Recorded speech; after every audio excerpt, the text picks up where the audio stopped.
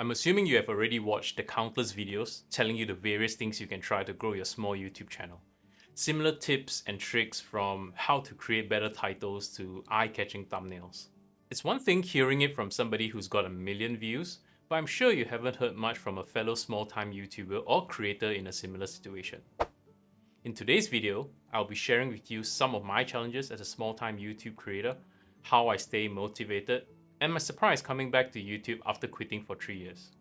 I'll tell you more later about the surprise, but first, I'm super excited as it is the fact that you are actually viewing this video. The search algorithm doesn't typically favor content like this, which is completely out of my niche. Regardless of how you got here, before you decide to give up all hope and motivation to continue, hear me out and maybe, just maybe, it may give you a little bit more energy or inspiration to keep going. Just to provide some context, because I'm not sure when you will be viewing this, but at the point of time I'm publishing it, I'm at 1800 subscribers. I'm certain by the time you view this, there'll be some growth and I'm almost certain about it. So like many, my journey on YouTube officially started in 2020 in the thick of COVID. Prior to that, I'm just a consumer of content rather than a creator. How I came to creating content was part to do with my job. Prior to COVID, my job required me to travel a lot, visiting customers in various countries in Asia, sharing and preaching the solution my company was selling back then. The pandemic completely shuttered all traveling, so I had to think of a new way to reach my customers. So I started off simple, just recording a few silent tech demos and attaching the video links to emails. A few demos led to more, and before long, I was getting used to putting my face in front of a camera.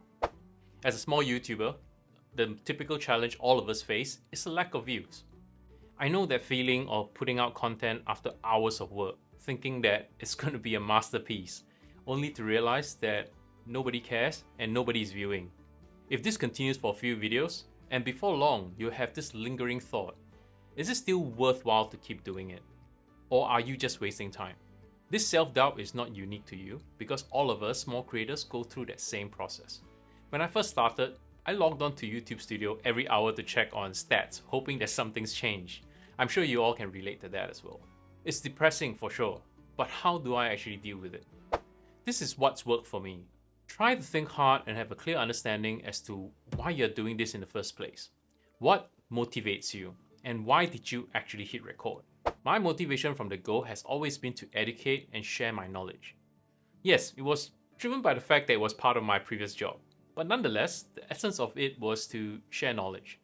I'm less driven by the monetary aspect of it, and as long as I know whatever I put out have made a difference to someone, even if it means just one person, I know I've actually met my objective. Would I love for it to be monetized? Sure, it's going to be the icing on the cake. But I'm also really realistic that my niche isn't one that I can quit my 9-to-5 job for, even if it blew up. Your motivation may be different from mine, but finding yours helps you keep your eye on the prize. The next thing I want to share with you is about patience and the process. I will draw parallels with an amateur musician. I'm sure you know of friends who can sing extremely well or a great band that plays gigs at a bar. They could potentially be as good as Taylor Swift, but yet, here they are, playing to a really small crowd of 50. It doesn't mean that they are not good, but it's also about being at the right place at the right time.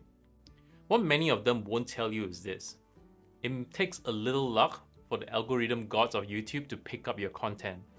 And when they do pick it up and present it to the audience, there's also the element of luck that someone will view it. I like to think the more videos you create, the better your luck becomes. Much like the more lottery tickets you buy, the higher your chances are. If you do a little research on channels with over 10,000 or 100,000 subscribers and correlate that with the amount of content they put out, you'll realize it's truly a grind. You obviously know the effort that goes into each video.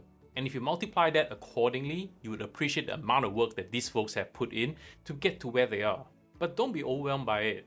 What these folks often don't openly share is that as they scale, so did their team.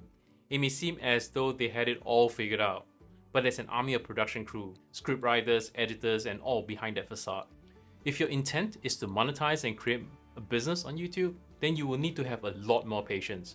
Of course, there will always be the exceptions and everybody dreams of being Mr. Beast, but for most, YouTube is an incredibly difficult place to monetize given enough time, let alone an overnight success. So I mentioned earlier in the video, I quit YouTube 3 years ago, and to be really honest, it wasn't intentional. Post-pandemic, as normalcy returned and we all returned to the office, life got busy and I had some ups and downs in my career, so naturally YouTube was put on hold. Having said that, I've always intended to return at some point, but one day led to another and I procrastinated, and before long, 3 years have gone by. Every YouTube success story stresses about being consistent with uploads. I thought to myself, maybe I'll need to start all over again. Anyhow, I decided to log into YouTube Studio after 3 years, and man, did I get a nice surprise. When I stopped creating content 3 years ago, I vaguely remember my subscriber count was about 800 subscribers. 3 years later, without any interaction, I now have more than doubled the number of subscribers. How is this even possible? I even had a few videos hitting more than 10k views and a couple of 5 and 6k views. All this for doing nothing for 3 years?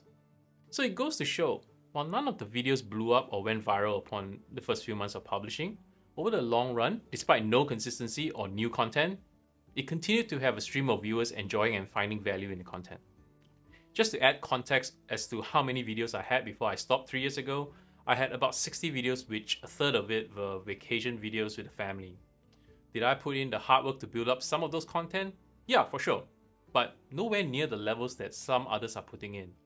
So I think the growth, while slow, has been relatively decent. This was something that I totally didn't expect, but it proved the point that quality content matters, and if we strive to create content of great value, and I believe most of us do, it will eventually find the audience. But we need to be patient with the process. Hopefully it helps to hear from a similar content creator in the same shoes. I'll be happy to hear from fellow creators as well, to know how you guys cope with your struggles. So feel free to drop me a comment, or like and subscribe. And as always, thanks again for tuning in, and I'll see you in the next one.